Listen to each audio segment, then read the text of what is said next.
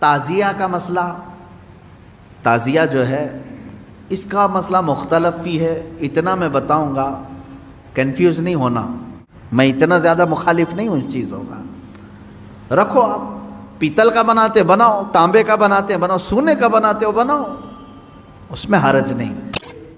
محرم کے زمانے میں پنجے اٹھا کر کے ناچنے کی عادت اکثر لوگوں کو تھی، بہت سارے لوگ. ایک طرح سے اس میں عبادت کا تصور نہیں تھا لوگوں کو، بس یہ کہ انٹرٹینمنٹ کرنا ہے، کیونکہ عبادت اس طرح سے روڈ اور گلیوں میں ناچ کر کے تو ہوتی نہیں. نہ وہ امام حسین کو راضی کرنے کا مسئلہ ہے، نہ رب تبارک و تعالیٰ کی بارگاہ میں کچھ پیش کرنے کا مسئلہ ہے.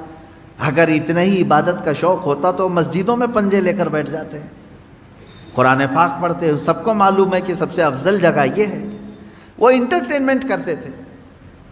اب ہوا یہ کہ ہم نے کہا کہ یہ بے حرمتی ہو رہی ہے، مولا حسین کے نام پر بے حرمتی ہو رہی ہے. اصل بات، پنجہ تو آج تک امام حسین کا ملا نہیں، پنجہ ملا نہیں. حضرت عباس علمبردار کے پنجے کٹے تھے، یہ سنا ہے، روایات بھی، لیکن اس کی شبیہ، اس سے ملتی جلتی تصویر کچھ ملی نہیں. اب رہی بات تعزیہ کا مسئلہ، تعزیہ جو ہے اس کا مسئلہ مختلف بھی ہے. اتنا میں بتاؤں گا، کنفیوز نہیں ہونا. تعزیہ کو شرائط کے ساتھ اگر بٹھایا جائے تو جائز ہے، لیکن وہ شرائط پورے کرتے نہیں لوگ. اور ہم نے اگر اتنا ہی شوشہ کھول دیا تو بڑے بڑے دروازے لوگ کھول دیں گے. بات صرف اتنی تھی تعزیہ کی، امام حسین کا جو روضہ ہے اس روضے کی شکل کی کوئی چیز بنا کر کے آپ نے رکھ دیا، تو کسی بھی بزرگ کے روضے کی شکل بنا کر کے رکھنا مستحسن ہے، کوئی حرام کام نہیں ہے، ناجائز نہیں ہے. جیسے ہم گنبد خضرا بناتے ہیں، خانہ کعبہ بناتے ہیں، ہوتا ہے گنبد خضرا جہاں ہوگا ہم تعظیم کے ساتھ دیکھتے ہیں. لیکن اس کے ساتھ اگر ایسے معاملات ہوں کہ اس کو لے کر کے سڑکوں پہ ہم گھومیں گے، ناچیں گے، اور پھر اس پر چڑھاوے کریں گے، پھر اس کے ساتھ اپنے عقیدے جوڑ لیں گے، تو یہاں سے شیطان پھر گمراہ کرنا شروع کرتا ہے. خیر یہ بات الگ ہے تعزیہ کا.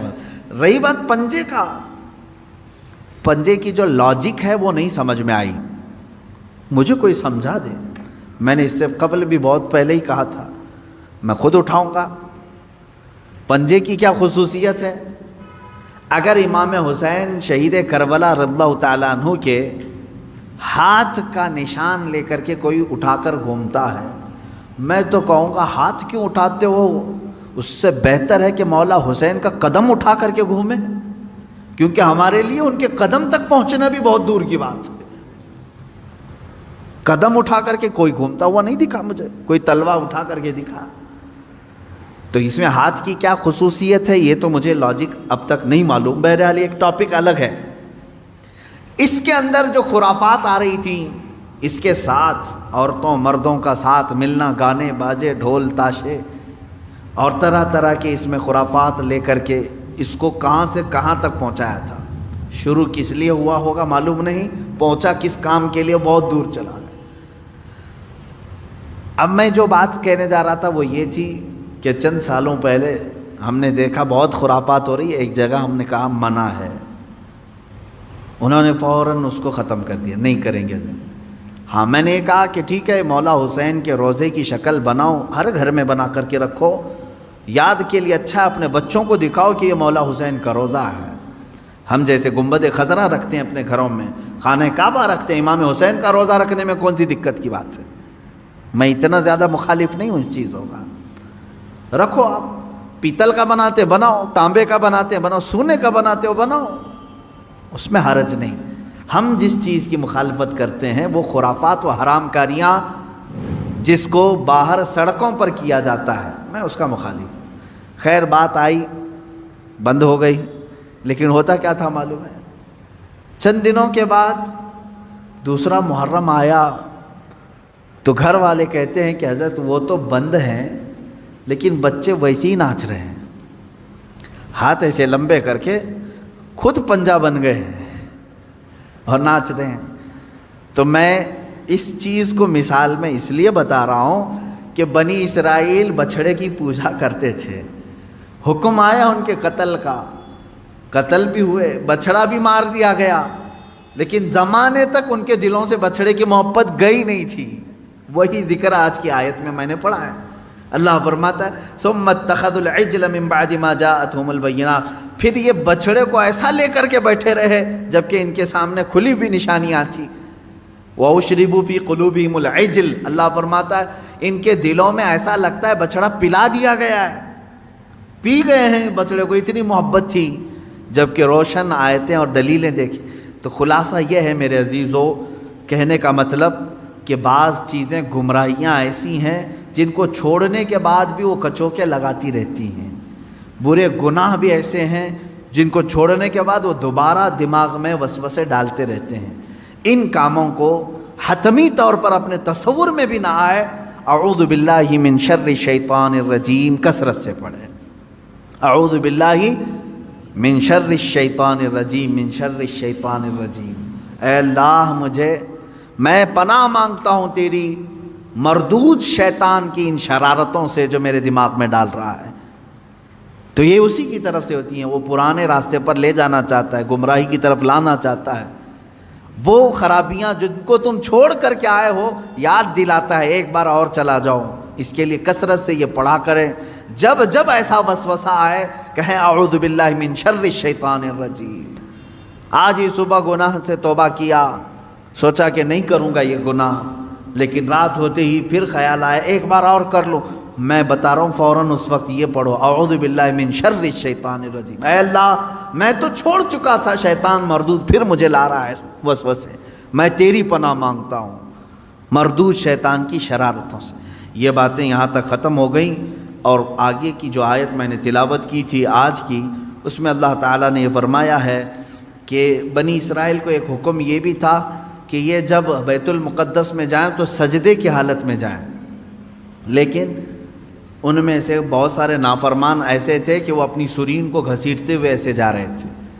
حکم ہوا تو سجدہ کر کے جائیں، لیکن وہ مذاق کے طور پر سرین اپنے گھسیٹتے ہوئے اس طرح سے بیت المقدس میں جانے لگے۔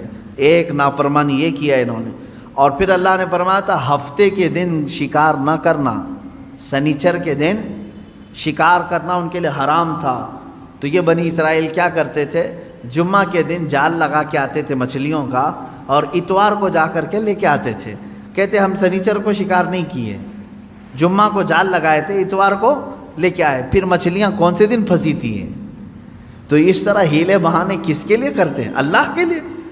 وہ اللہ کو دھوکہ دینے کی سوچتے ہیں، جیسے کچھ لوگ زکوٰۃ چھپانے کے لیے کرتے ہیں، سال ہونے سے پہلے کسی کو مالک بنا دیا، بھائی سال نہیں ہوا میرے پاس، وہ 6 مہینے رکھا اس نے واپس لوٹا دیا۔ تو یہ بنی اسرائیل کی وہی حرکتیں ہیں میرے عزیزو، اللہ کا عذاب آئے گا ان چیزوں پر۔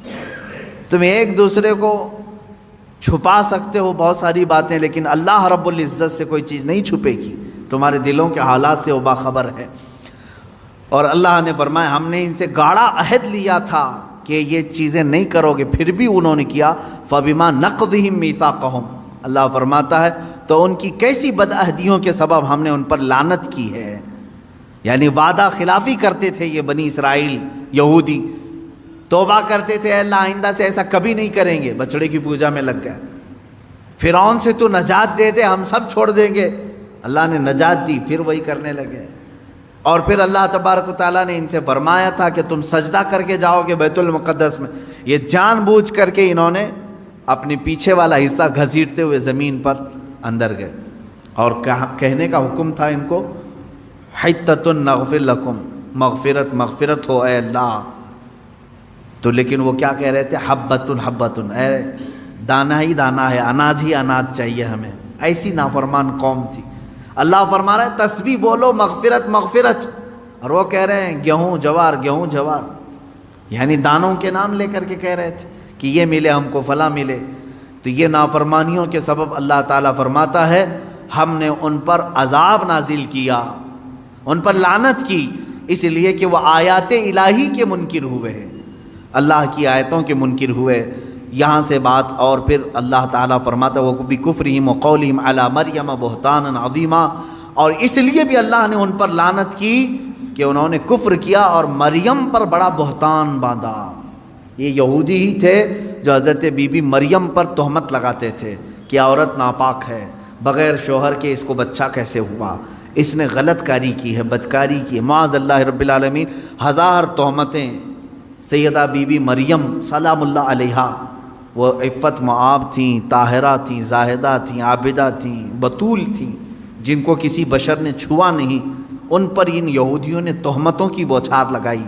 اس پر اللہ تعالیٰ فرماتا ہے کہ ہم نے ان پر لعنت کی ہے۔ اب یہاں سے پھر میرا ٹاپک چلے گا کہ یہودی لعنت شدہ قوم کیوں ہے، کیونکہ آج مجھے بتانا ہوگا کہ آج بھی یہود پوری دنیا میں اپنے پنجے گاڑنے کے لیے کس کے ناک میں دم نہیں کیا ہوا ہے۔ سارا کا سارا یہ جو کھیل دیکھ رہے ہیں آج دنیا میں اتھل پتھل ہو رہی ہے، یہ چند شرپسند یہودیوں کی وجہ سے۔ مجھے کہتے ہیں کچھ لوگ اینٹی جیوز ہیں، آپ سارے یہودیوں کے اینٹی تھوڑی نہ ہیں، جو ایمان والے تھے ہم ان کے مخالف نہیں ہیں، جو اللہ کو ایک مانتے ہیں، انبیاء پر ایمان لاتے ہیں، وہ اچھے یہودی تھے پہلے زمانے میں۔ ہم تو تمہارے کرتوت کے مخالف ہیں، ہم تمہارے تمام یہ مظالم کے خلاف بولتے ہیں جو تم آج پوری دنیا پر ڈھائے ہوئے ہو۔ انہوں نے خفیہ تنظیمیں بنا کر رکھی ہیں، یہ عیسائیوں کو بھی برباد کرنا چاہتے ہیں، مسلمانوں کو بھی۔ ان کا صرف اور صرف نظام ایک ہی ہے کہ دنیا بنی ہے تو صرف یہودیوں کے لیے بنی ہے، راج ہوگا تو صرف یہودیوں کا ہوگا، باقی ساری انسانیت غلام ہوگی۔ اس پر میں انشاءاللہ آگے گفتگو کروں گا۔ یہاں سے آیتیں یہی چل رہی ہیں، اللہ فرما رہا ہے ان پر ہم نے لعنت کیوں کی، ان پر ہم نے لعنت کیوں کی۔ ان کی کئی وجوہات اللہ نے بیان کی۔ یہ ہمیشہ وعدہ خلافی کرتے ہیں، وعدہ توڑتے ہیں۔ اب اندازہ کرو، یہودی جو اللہ سے کیا ہوا وعدہ توڑ سکتے ہیں تو تمہارے سے کیا ہوا وعدہ کیسے نہیں توڑیں گے؟ یہ تو پل بھر میں توڑیں گے۔ اور اللہ سے ایسے وقت میں وعدہ کرتے تھے جب آسمان اتار کے ان کے سروں پر رکھ دیا گیا، وعدہ کیا آئندہ سے کبھی نہیں کریں گے۔ انہیں معلوم ہے اللہ کی طاقت کیا ہے، اس کے باوجود وہ اللہ کا وعدہ توڑتے تھے۔ اب اللہ کا وعدہ توڑنے والی قوم کیا تمہارے بھروسے کے قابل ہوگی؟ تم بھروسہ کرو گے؟ حیرت ہے، آج سعودی عرب اسرائیل پر بھروسہ کر رہا ہے۔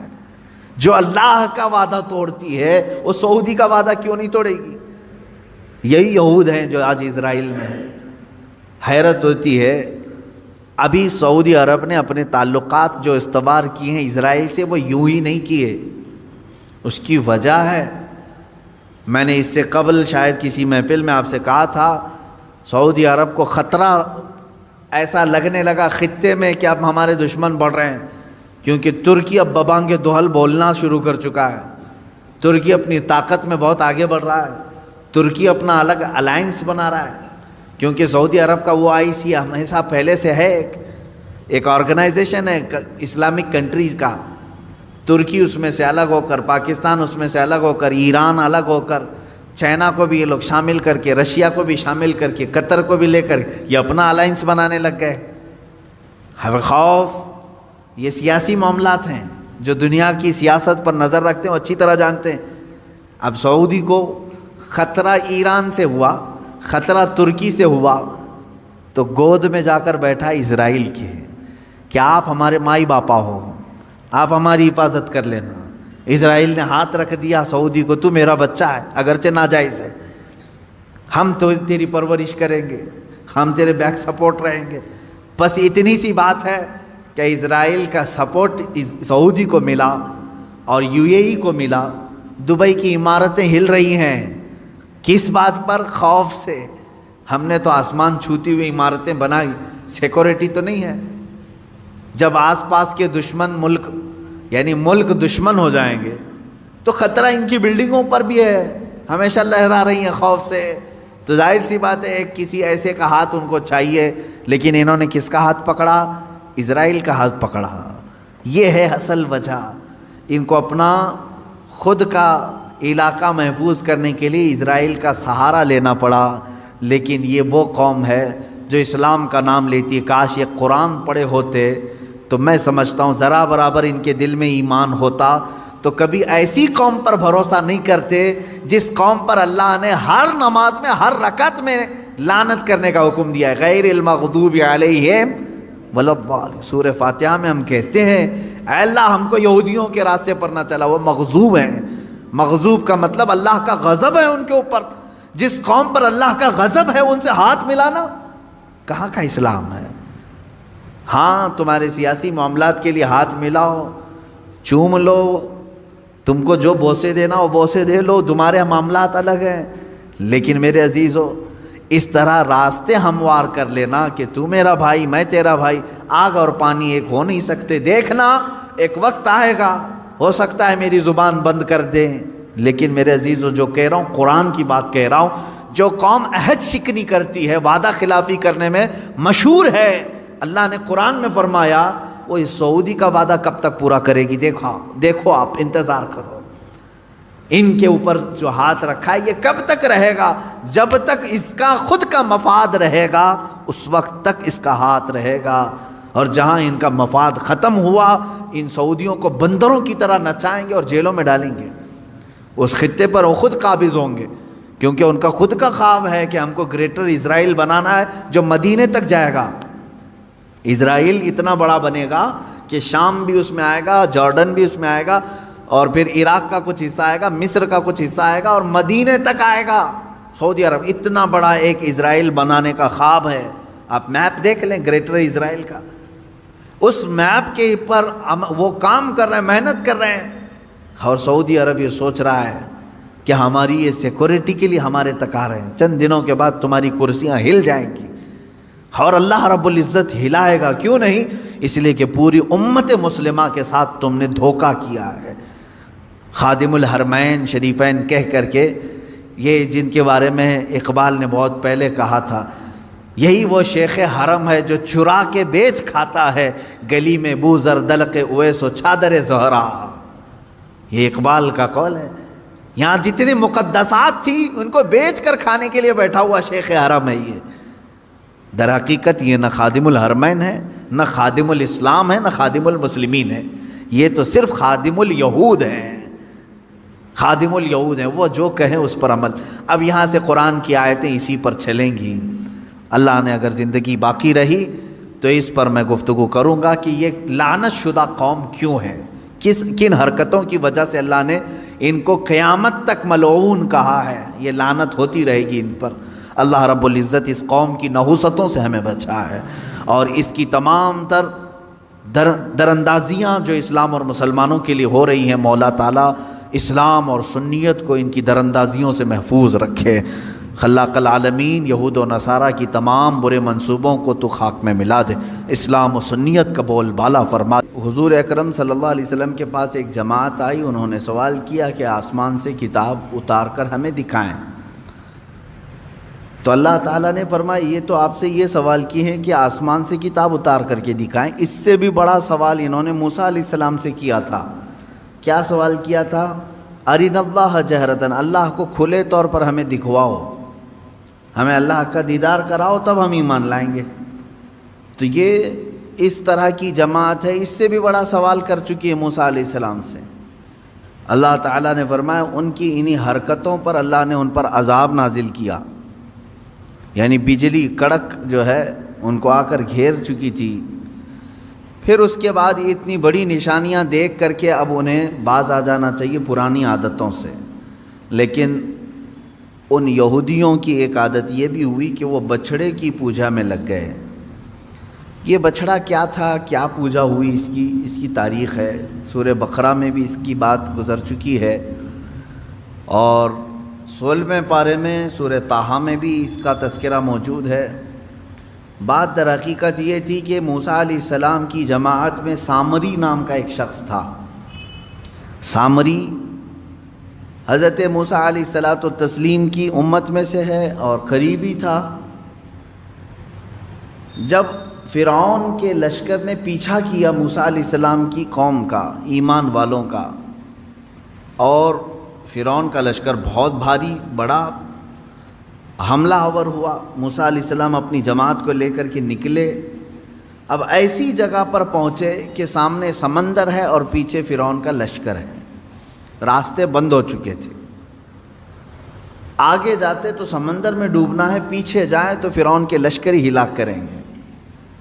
تو اس موقع پر اللہ رب العزت نے موسیٰ علیہ السلام کی مدد کے لیے ان پر وحی فرمائی، اے موسیٰ تم اپنے عصا کو سمندر پہ مارو۔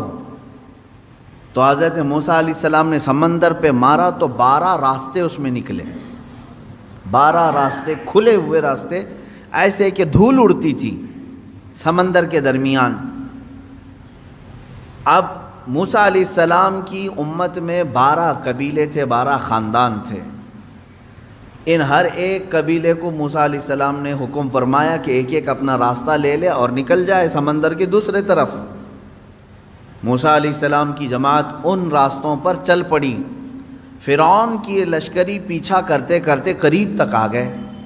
اب انہوں نے دیکھا کہ موسیٰ علیہ السلام اور ان کی جماعت تو کھلے راستوں میں جا رہی ہے سمندر کے درمیان، تو انہوں نے فرعون کے تمام لشکریوں نے یہ سوچا کہ ہم بھی ان راستوں پر کیوں نہ چلے جائیں، تو ساری فوج اس راستے پر آ گئی۔ جب یہ درمیان میں پہنچے، اللہ نے سمندر کو واپس پھر سے ملا دیا، جیسا تھا سمندر ویسی، سب کے سب غرق ہو گئے، فرعون بھی اس میں ڈوب گیا، پانی کی موجوں نے اسے غرق کر دیا۔ موسیٰ علیہ السلام صحیح سلامت باہر نکلے۔ یہ واقعہ آپ نے سنا ہوگا اور قرآن پاک میں اس کا تذکرہ آیا ہے۔ اب موسیٰ علیہ السلام جب سمندر کو عبور کر کے دوسری سمت میں آئے تو یہاں اب معاملہ یہ تھا کہ اپنی قوم کو موسیٰ علیہ السلام نے روزہ رکھنے کا حکم دیا۔ یہ عاشورہ کا دن تھا، شکرانے میں انہوں نے روزہ رکھا، عبادت کیا۔ اب اللہ تبارک و تعالیٰ نے آپ کو کوہ طور پر بلایا۔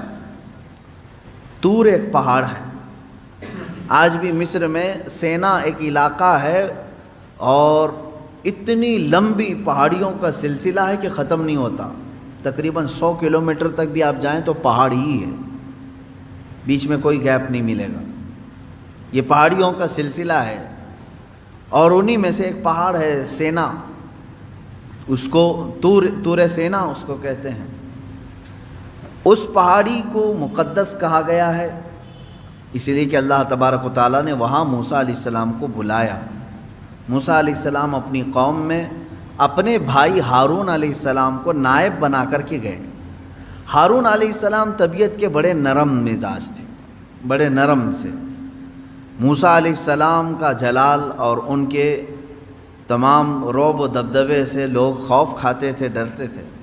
ہارون علیہ السلام کے ساتھ ایسا معاملہ نہیں تھا۔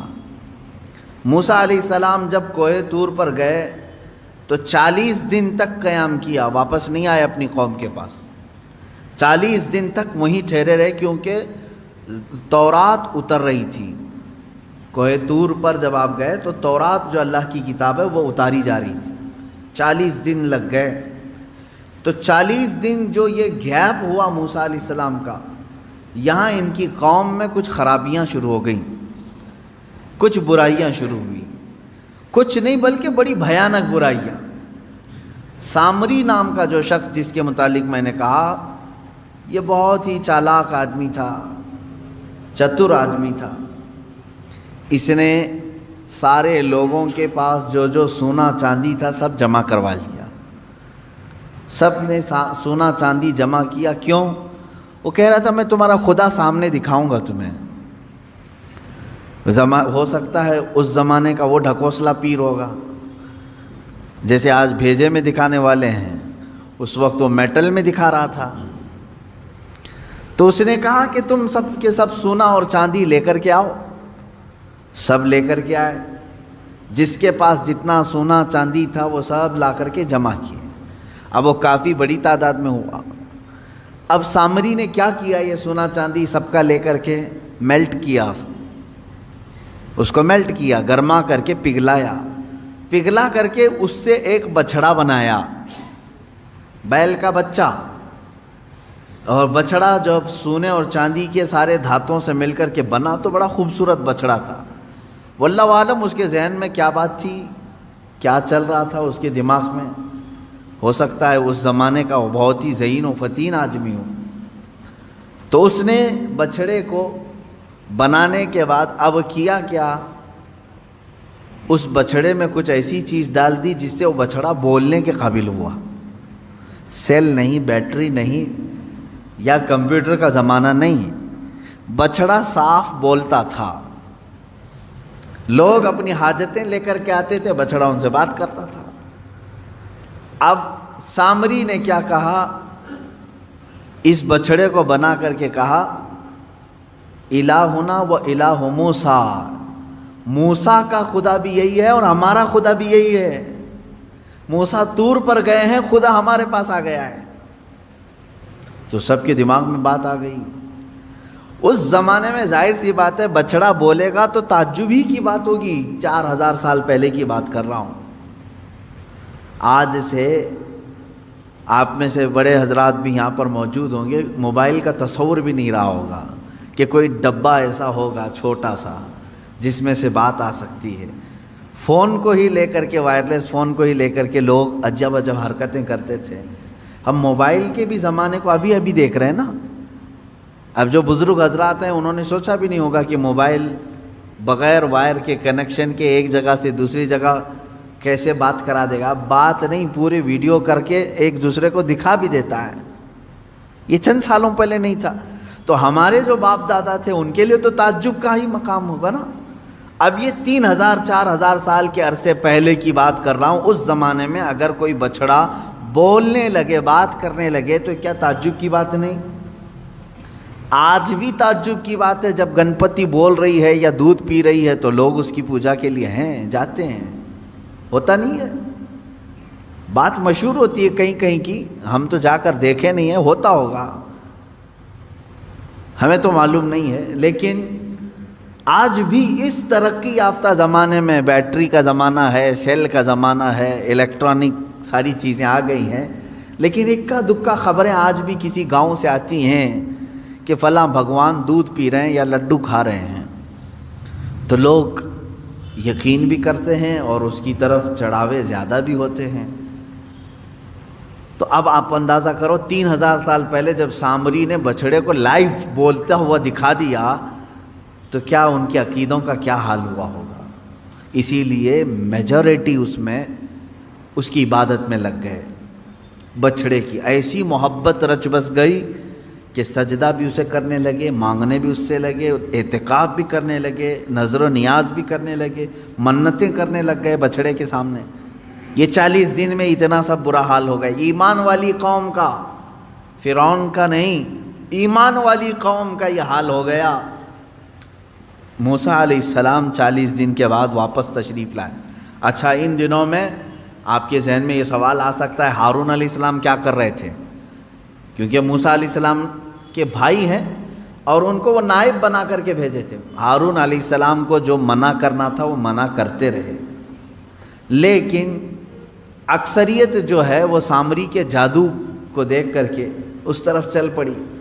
تو جو لوگ بچ گئے وہ ہارون علیہ السلام کے ساتھ تھے، چند ایمان والے بچے رہے، اور ہر زمانے میں ایمان والوں کی تعداد رہے گی، ایسا نہیں کہ پورے روئے زمین پر ختم ہو جائیں گے۔ موسیٰ علیہ السلام نہیں تھے تب بھی ایمان والے موجود رہے ہارون علیہ السلام کے ساتھ۔ 40 دن کے بعد واپس تشریف لائے موسیٰ علیہ السلام طور سے۔ دیکھا اپنی قوم کو، یہ کیا ہو گیا؟ تم لوگوں نے بچڑے کو کیسے معبود بنا لیا؟ اور پھر اس کے بعد سامری کو گرفتار کر کے موسیٰ علیہ السلام لے آئے۔ تو نے بڑا کھلا شرک کیا، تیرا قتل واجب ہے، اب تجھے مارا جائے گا۔ لیکن یہ تو بتا، اس کو بولنے کے قابل تو نے بنایا کیسے؟ لوگوں کا سونا چاندی سب میلٹ کیا، اب بنایا کیسے تو نے اس کو؟ خیر ہے، آپ دیکھیں سامری اس زمانے میں بچڑے کو بولنے کے قابل تو بنایا، لیکن بچڑے کے بھیجے میں خدا نہیں دکھایا۔ یہ اس زمانے کا کمال ہے۔ وہ جادو جس طرح سے بھی کیا ہوگا، لیکن اس نے کہا یہی خدا ہے۔ اب آپ اندازہ کریں موسیٰ علیہ الصلوۃ والتسلیم نے جب اس سے سوال کیا، اب وہ جواب کیا دیتا ہے؟ بصرت بما لم يبصروا به فقبضت قبضة من اثر الرسول فنبذتها وكذلك سولت لي نفسي۔ یہ 16ویں پارے میں ہے۔ جب ہم سمندر کا راستہ طے کر کے آگے آ رہے تھے، اس وقت معاملہ یہ تھا، موسیٰ علیہ الصلوۃ والتسلیم گھوڑے پر سوار تھے موسیٰ علیہ السلام گھوڑے پر سوار تھے. اب سامری کہتا ہے میں نے ایک چیز ایسی دیکھی جو لوگوں نے نہیں دیکھی, عام لوگ نہیں دیکھ رہے تھے. کیا؟ موسیٰ علیہ السلام کے گھوڑے کے آگے آگے جبرائیل علیہ السلام چل رہے تھے. وہ شاید چاہے وہ گھوڑے کی رسی پکڑ کر کے یا باگڈور سنبھالے ہوئے جبرائیل علیہ السلام چل رہے تھے. یہ کہتا ہے سامری مجھے کچھ تو نظر آ رہا تھا کہ کوئی نوری مخلوق آگے چل رہی ہے. تو کیا ہوا پھر؟ وہ کہتا ہے کہ میں جبرائیل کے پاؤں کے نیچے کی مٹی اٹھاتا رہا. قرآن میں ہے یہ. جہاں جہاں سے وہ چلتے جا رہے تھے ان کے پیروں کے نیچے کی میں مٹی اٹھا رہا تھا. فَقَبَضْتُ قَبْضَةً مِّنْ أَثَرِ الرَّسُولِ, اس قاصد اس فرشتے کے پیروں کے نیچے کی مٹی میں اٹھایا. پھر کیا کیا؟ کہا وہی مٹی, اسی مٹی کو لا کر میں نے بچڑے کے منہ میں ڈالا, یہ بولنے لگ گیا. اللہ اکبر. یہ قرآن کا فلسفہ ہے میرے عزیزو. یہاں سے کئی باتیں ہمیں سمجھ میں آتی. یہ کون سا بچڑا تھا جس کا تذکرہ چل رہا ہے یہاں پر؟ وہی بچڑا ہے. اب عبادت اتنے سارے لوگوں نے کیوں کیا یہ بھی آپ کو سمجھ میں آ گیا. اس زمانے کا وہ بہت بڑا کمال تھا, بہت بڑا. اس زمانے میں کمال سمجھتے ہیں. کہہ تو رہا ہوں میں, بھگوان جب دودھ پینے لگے, لڈو کھانے لگے تو اس زمانے میں کمال سمجھتے ہیں. 3000 سال پہلے کیا حال ہو. اب آپ ہزاروں لوگ اس میں جو گمراہ ہوئے تھے, شرک کیے, حکم ان کے لیے یہ آیا کہ ان سب کو قتل کر دیا جائے. سارے لوگوں کو مار دیا گیا, قتل. وہ سخت ترین حکم تھا بنی اسرائیل کے لیے, وہ قتل ہو گئے. جتنے عبادت کیے تھے بچڑے کی وہ سب ختم ہو گئے. اب اندازہ کریں آپ, یہاں سے کئی باتیں اس سے سمجھ میں آتی ہیں. سامری کا بھی قتل ہوا,